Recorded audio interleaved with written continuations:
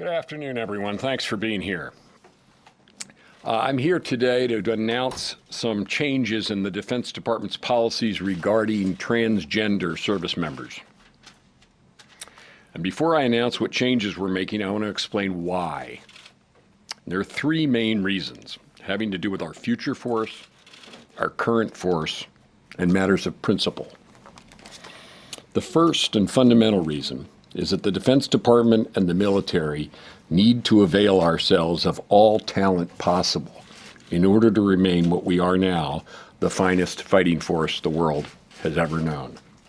Our mission is to defend this country, and we don't want barriers unrelated to a person's qualification to serve preventing us from recruiting or retaining the soldier, sailor, airman, or Marine who can best accomplish the mission. We have to have access to 100% of America's population for our all-volunteer force to be able to recruit from among them the most highly qualified and to retain them. Now, while there isn't definitive data on the number of transgender service members, RAND looked at the existing studies out there, and their best estimate was that about 2,500 people out of approximately 1.3 million active duty service members and about 1,500 out of approximately 825,000 reserve service members are transgender, with the upper end of their range of estimates of around 7,000 in the active component and 4,000 in the reserves. Although relatively few in number, we're talking about talented and trained Americans who are serving their country with honor and distinction. We invest hundreds of thousands of dollars to train and develop each individual, and we want to take the opportunity to retain people whose talent we've invested in and who've proven themselves. And this brings me to the second reason, which is that the reality is that we have transgender service members serving in uniform today.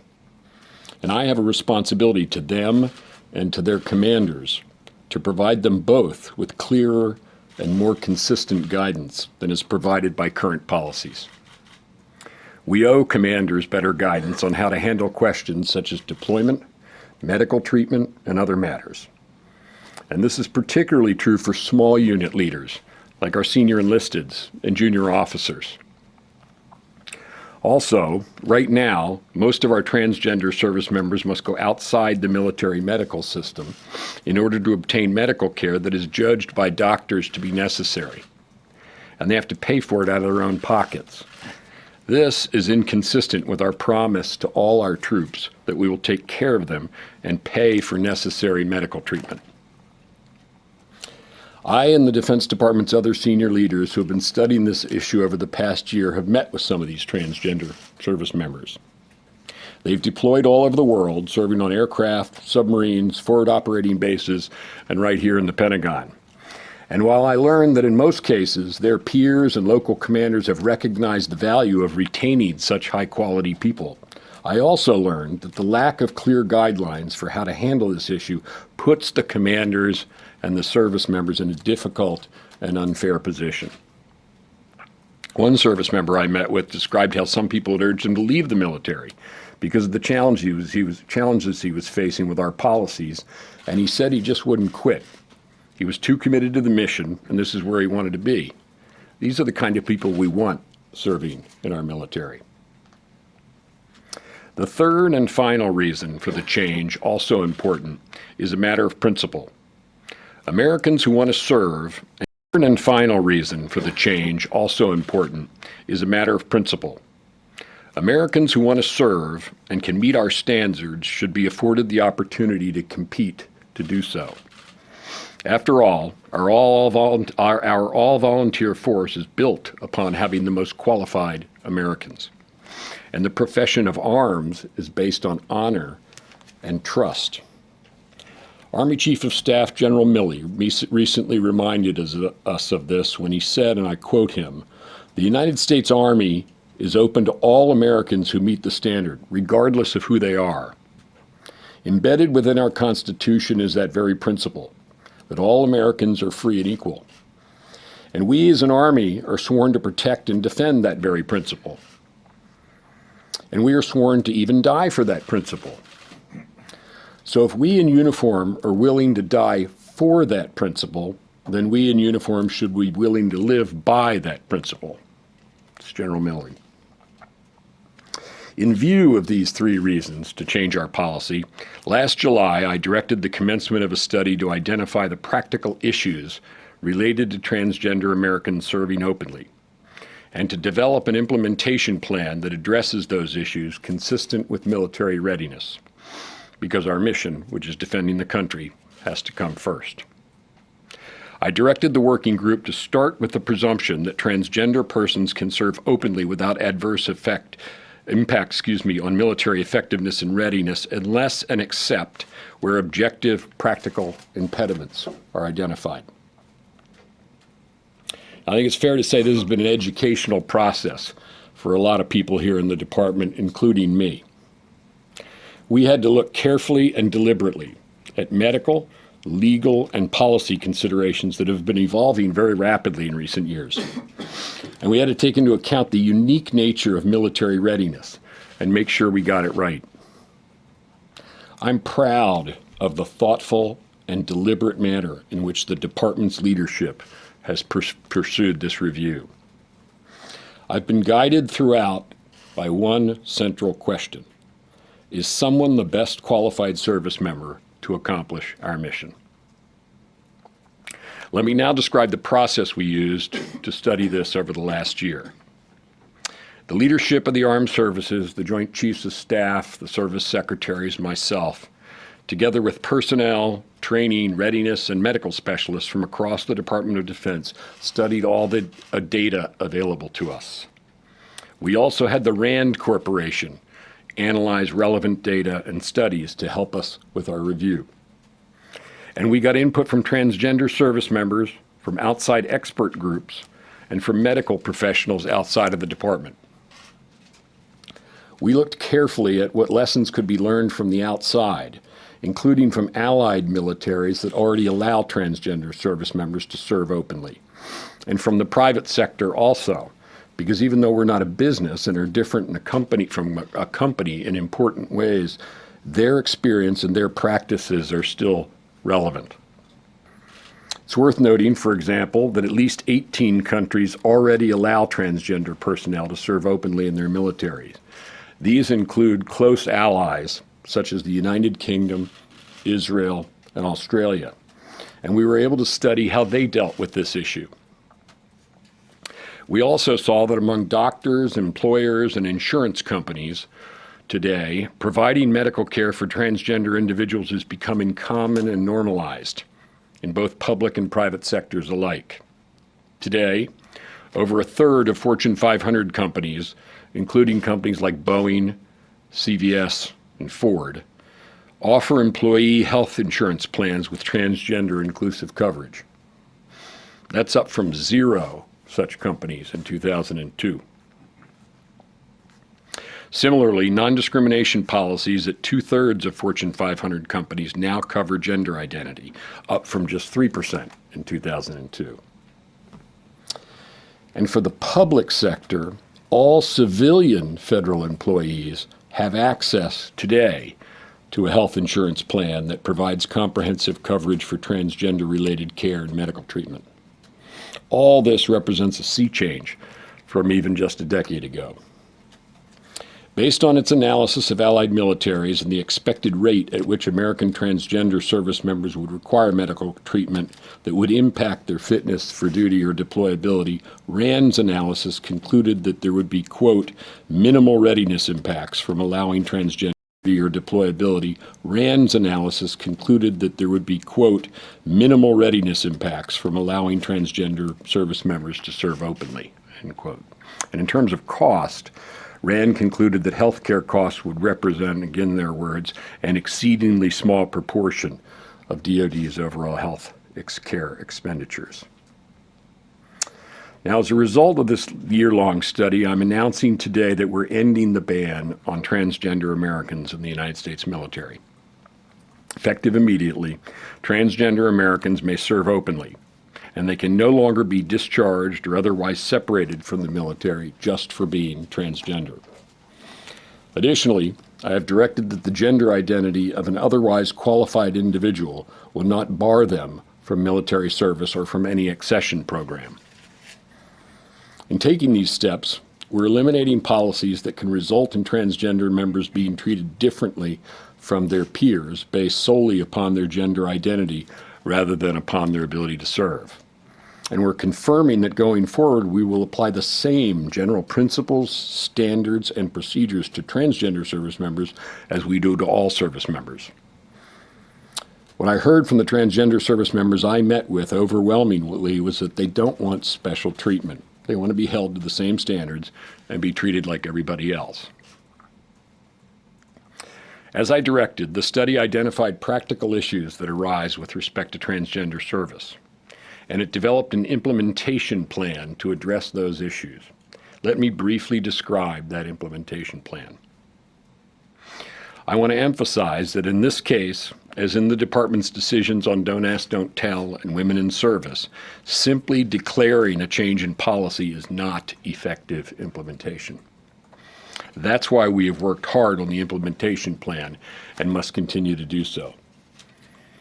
These policies will be implemented in stages over the next 12 months, starting most immediately with guidance for current service members and their commanders, followed by training for the entire force, and then beginning to access new military service members who are transgender.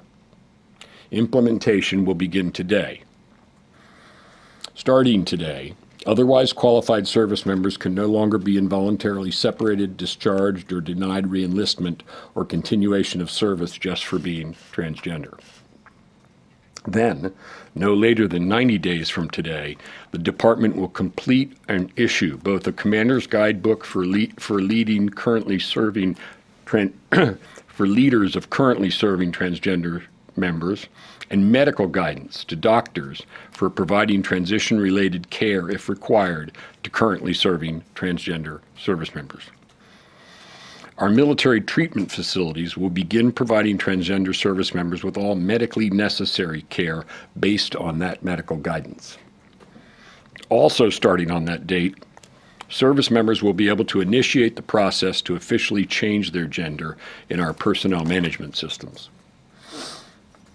Next, over the 9 months that follow, based on detailed guidance and training materials that will be prepared, the services will conduct training of the force, from commanders to medical personnel to the operating force and recruiters.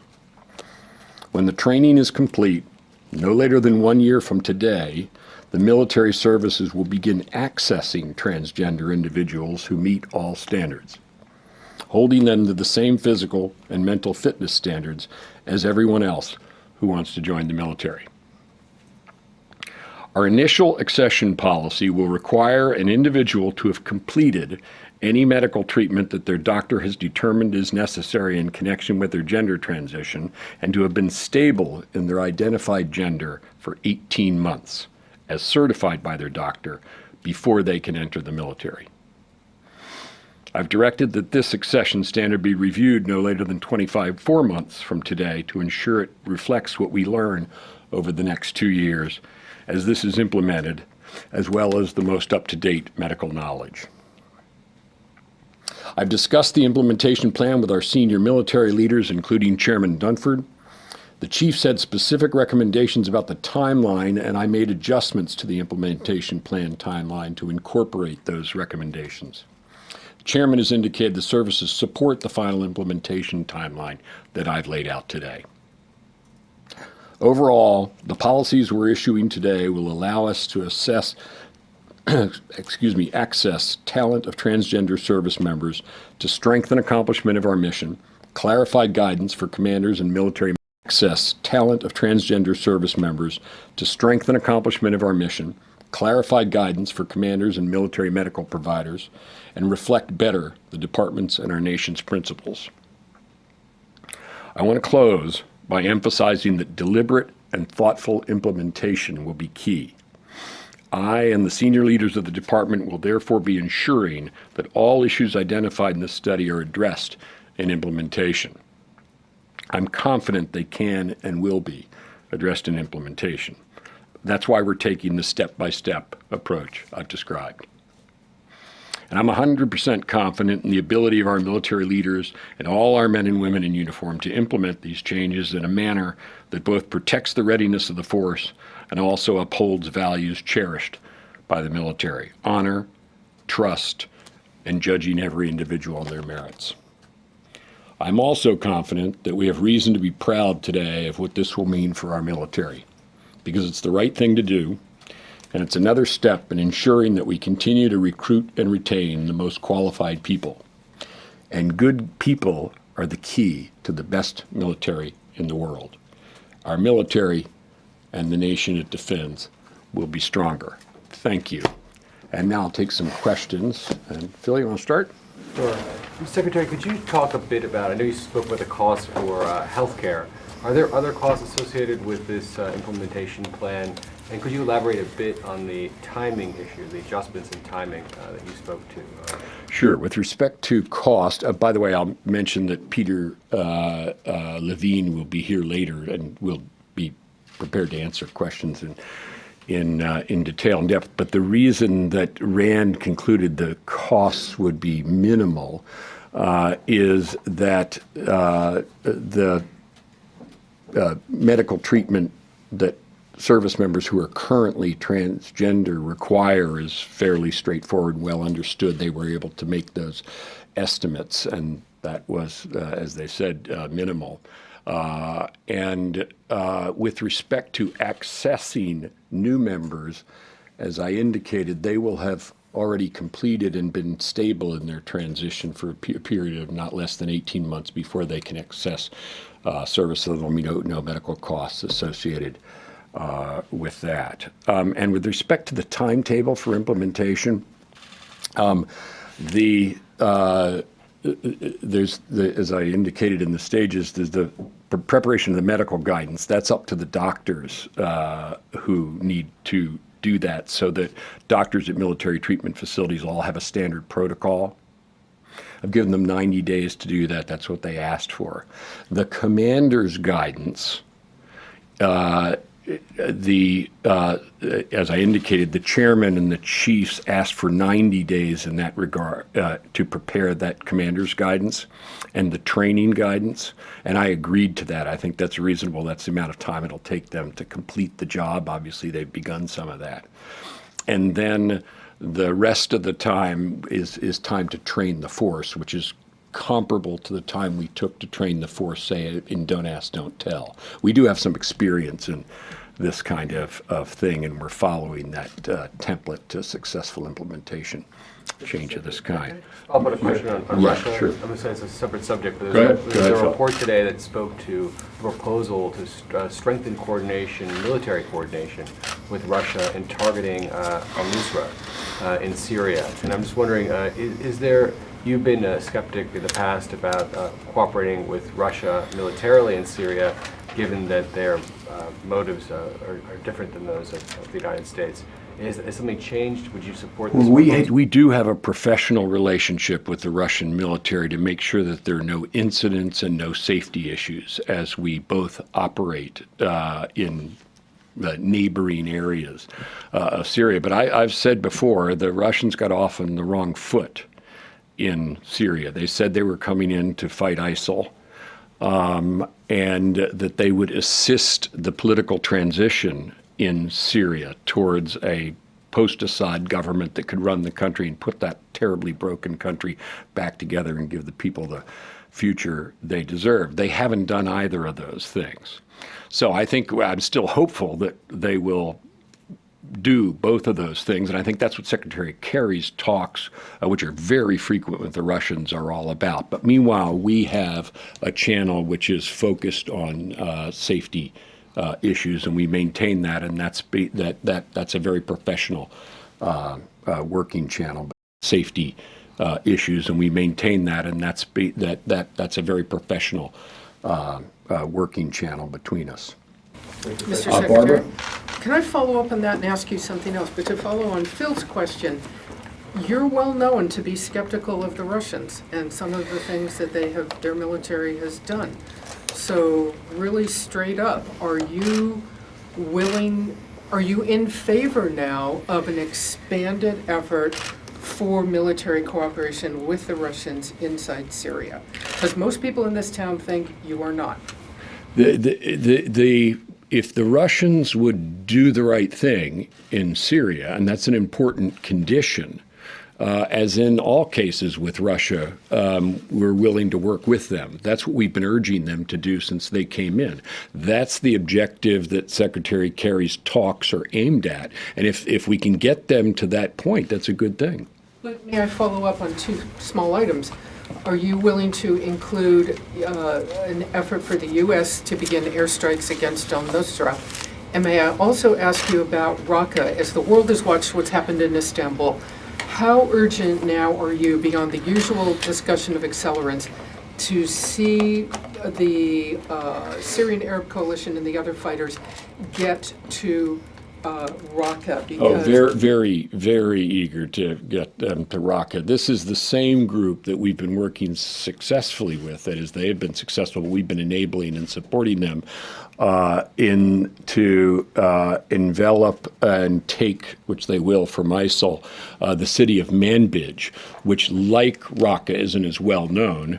But Manbij is a city from which external plotting has been conducted by ISIL into Europe and into the United States as well, and was part of the transit hub from the Turkish border down to ISIL in Syria. So that was an important objective. Those same forces and that same approach, or really the same approach and some larger forces actually, are the ones that we plan, and I just was discussing this with General Votel and General McFarland the other day, along with General Dunford. Those are the forces that we are going to position to, again, envelop and collapse the ISIL's control of Raqqa. And the reason I want to do that, Barbara, as soon as possible, is that Raqqa is the self-proclaimed capital of the self-proclaimed caliphate of ISIL. And it's important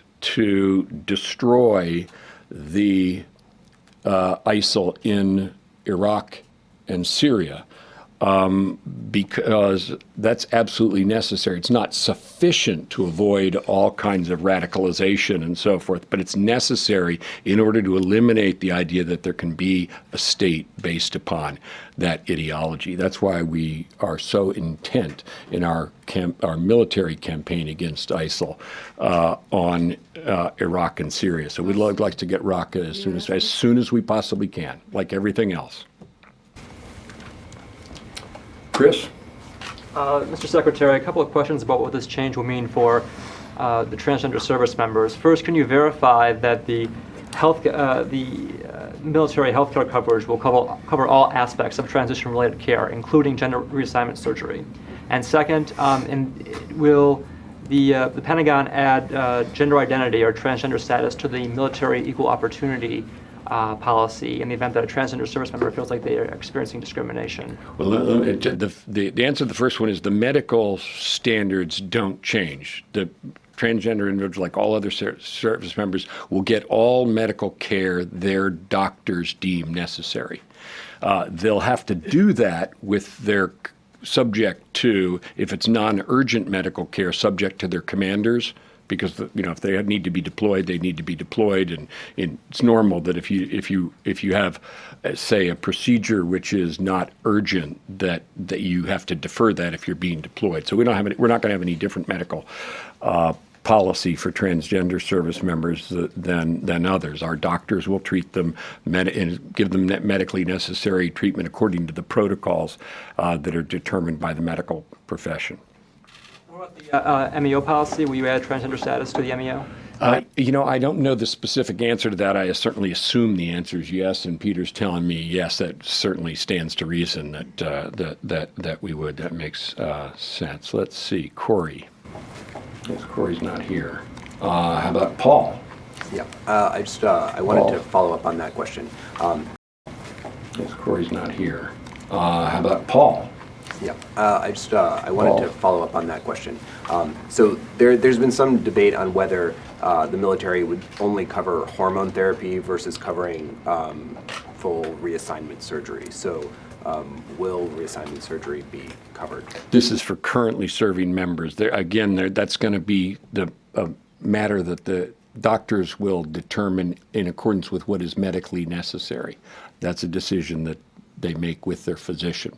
And the timing of it, of any treatment of any kind, like any other non-urgent medical care, will be something that their commanders will have a voice in, for the very simple reason that we as in this matter, as in all matters, readiness and deployability are critical. Tom? Mr. Secretary, if Tom, I could wait. follow up very quickly, you said for current service members. Only because, So Nick- incoming service members who are transition would not be eligible for that transitional surgery?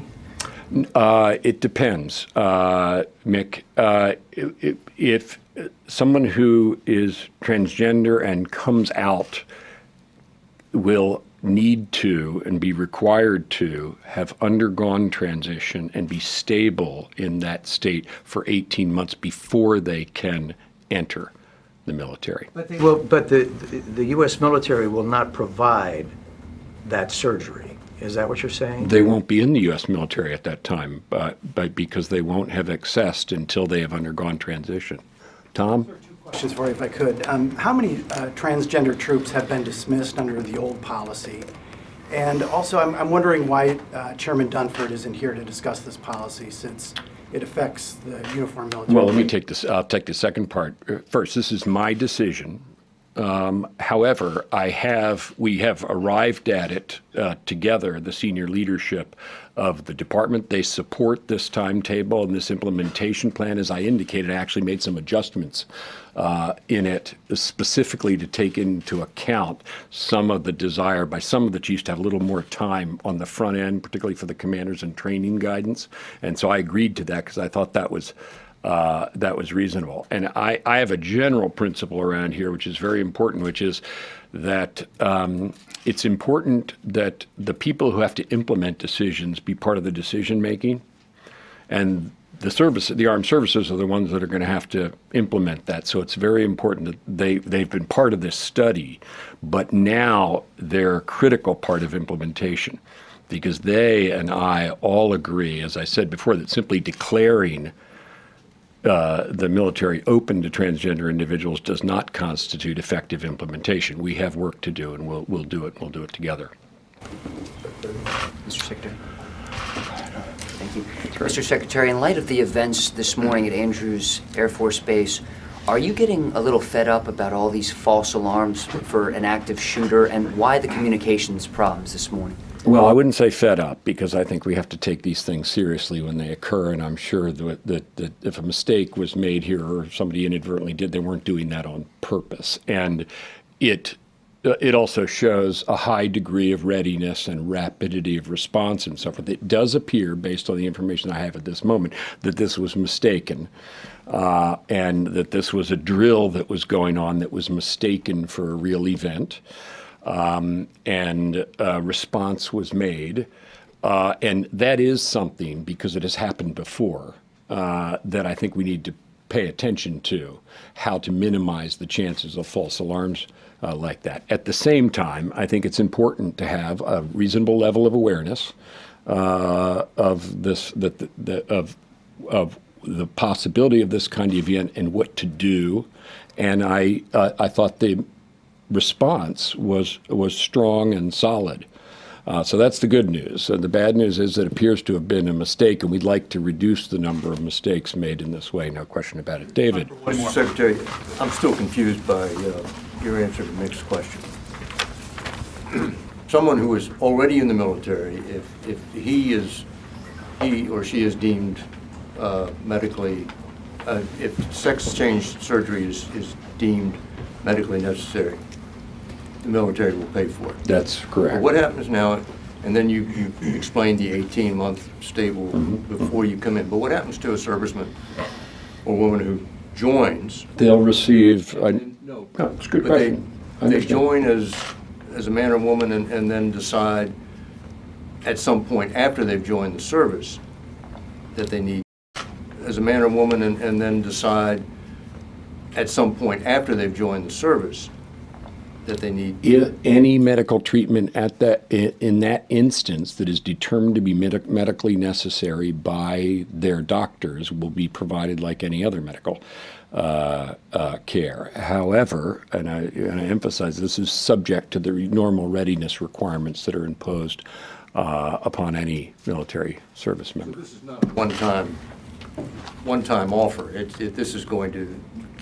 I think our offer in this is an all medical care. There's no change in medical policy. Medically necessary policy to serving service, medically necessary care, as determined by doctors, which is appropriate, will be provided to service members as is part of our promise about medical care in general. Can I one more? Reaction to the response from Capitol Hill that's, of course, already come in. This is the way things work in this electronic age. Is Chairman Mac Thornberry of the House Armed Services Committee has already reacted to your announcement, even as you're still making it. And if I could just read a tiny bit of his statement and just get your response. He says, quote, "This is the latest example of the Pentagon and the President prioritizing politics over policy. Our military readiness and hence our national security is dependent on our troops being medically ready and deployable. The administration seems unwilling or unable to assure the Congress and the American people that transgender individuals will meet these individual readiness requirements." Well, the chairman's right, that is Chairman Thornberry, is right to emphasize readiness. That's a key part of was a key part of our study and will be a key part of implementation. And the chairman and other members of the committee and I've actually heard a variety of opinions on this, some urging us to move even faster than we have moved, and some wanting, and this is very legitimate, to understand what the effects on readiness and so forth are. But we have some principles here, we have a necessity here, and we're going to act upon that. We're going to do it in a deliberate and thoughtful and step-by-step manner, but it's important that we do it. Let's change fitness standards. One question regarding Afghanistan, Mr. Secretary. Thank you very much.